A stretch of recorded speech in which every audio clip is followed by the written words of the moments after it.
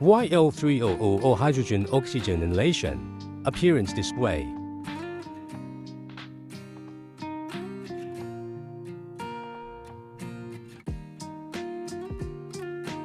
How to use. Turn on the power. Connect the water pipe. Press the water adding button and add water automatically.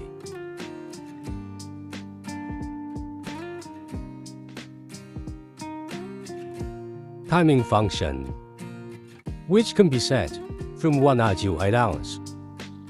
The flow rate range. It can be adjusted from 1,500 milliliters to 3,000 milliliters. One person inhales the H2O connection.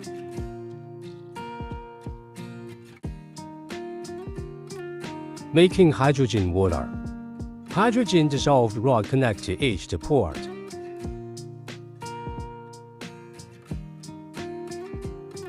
Two people inhale H2O.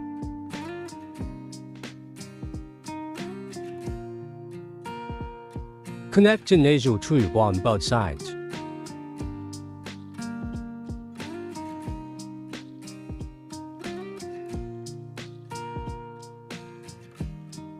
Wear H2O mask while inhaling H2 endo tube.